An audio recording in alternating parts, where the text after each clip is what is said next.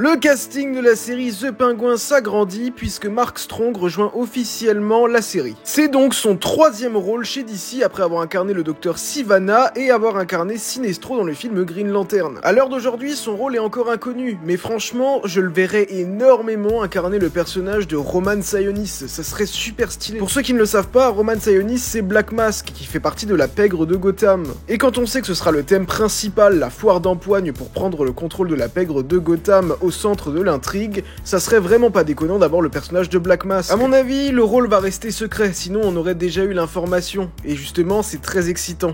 En tout cas, on se donne rendez-vous en automne.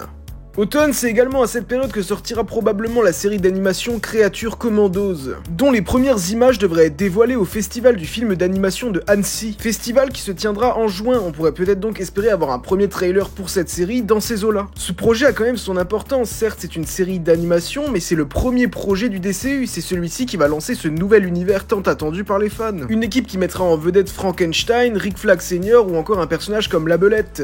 Cette série est vendue comme l'un des projets phares de James Gunn. Et en plus de projets phares, on sait que James Gunn a également ses petits acteurs fétiches, comme Chris Pratt qui incarne Peter Quill dans le MCU. Chris Pratt qui a d'ailleurs déclaré qu'il serait tout à fait ouvert à l'idée de rejoindre le DCU de James Gunn, et c'est pas la première fois qu'on en entend parler. Très souvent fancasté dans des rôles comme celui de Booster Gold, et même parfois en Batman. Quel que soit le rôle, je suis personnellement très curieux de voir s'il va intégrer le DCU, même si j'ai très peu de doutes là-dessus. Mais dans quel rôle, vraiment, ça peut être incroyable. C'est un très bon acteur et un acteur également extrêmement bankable, donc je n'ai aucun doute sur le fait qu'il pourrait apporter quelque chose de vraiment grand à cet univers. Quitte à parler de Booster Gold, et ben justement on a eu quelques petites informations cette semaine. Soi-disant la série devait commencer sa production au mois de juillet, ça a été démenti par James Gunn. Cependant Daniel RPK et d'autres scoopers ont déclaré qu'un acteur avait déjà été choisi. Ce qui est sûr en tout cas, c'est qu'à mon avis la série Booster Gold fera partie des premières séries à arriver sur HBO Max. Et même si le tournage ne commence pas en juillet, je suis quand même prêt à parier qu'elle va très bientôt démarrer. Je serais vraiment pas surpris qu'on ait une annonce de casting dans les jours, semaines à venir. Et qui sait, peut-être Anthony Starr, puisqu'il a commencé à être suivi par James Gunn sur Instagram. En tout cas, ce qui est sûr, c'est que Booster Gold peut être une série absolument incroyable. D'ailleurs, le personnage est l'un des personnages les plus sous-estimés de DC Comics. Ouais, je vous invite clairement à aller voir ma dernière vidéo. Et en parlant de projets qui vont arriver rapidement dans le DCU, c'est le cas de Supergirl, qui sortira officiellement le 26 juin 2026, soit un peu moins de 1 an après la sortie de Superman. Et pour rappel, c'est Millie Alcock qui va interpréter Kara Zor-El dans un film réalisé par Craig Gillespie, réalisateur du film Cruella. Et il semblerait, selon de nombreux médias et de nombreux scoopers, que Millie Alcock fasse déjà une apparition dans un projet avant son propre film, donc il y a fort à parier que ce sera dans le film Superman. Pour rappel, le film s'appelle Supergirl Woman of Tomorrow et adaptera donc l'histoire de Tom King. C'est personnellement mon histoire préférée sur la kryptonienne, sans la moindre hésitation. Encore une fois, c'est une histoire qui a un potentiel énorme et donc évidemment un film avec un potentiel tout aussi incroyable derrière. Et évidemment, en parlant de potentiel incroyable, on est obligé de parler du film Superman, qui a pas eu énormément de news cette semaine, mais il y en a eu une petite, c'est que le film sera tourné entièrement en IMAX. Je sais qu'on aurait tous espéré avoir des réactions de la part de James Gunn suite au très mauvais retour des fans sur le costume, mais qui sait, peut-être la semaine prochaine. Puisque le James, on se doute qu'il doit avoir du boulot, puisqu'une rumeur nous annonce qu'il se pourrait qu'un nouveau logo pour DC soit annoncé au San Diego Comic Con. Ce serait pas déconnant dans le sens où on entre dans une toute nouvelle ère pour la franchise. Donc qu'un nouveau logo soit disponible et représente cette nouvelle ère qui va arriver, ça serait vraiment pas déconnant, mais en espérant que ce soit un petit peu plus stylé que le dernier costume de Superman.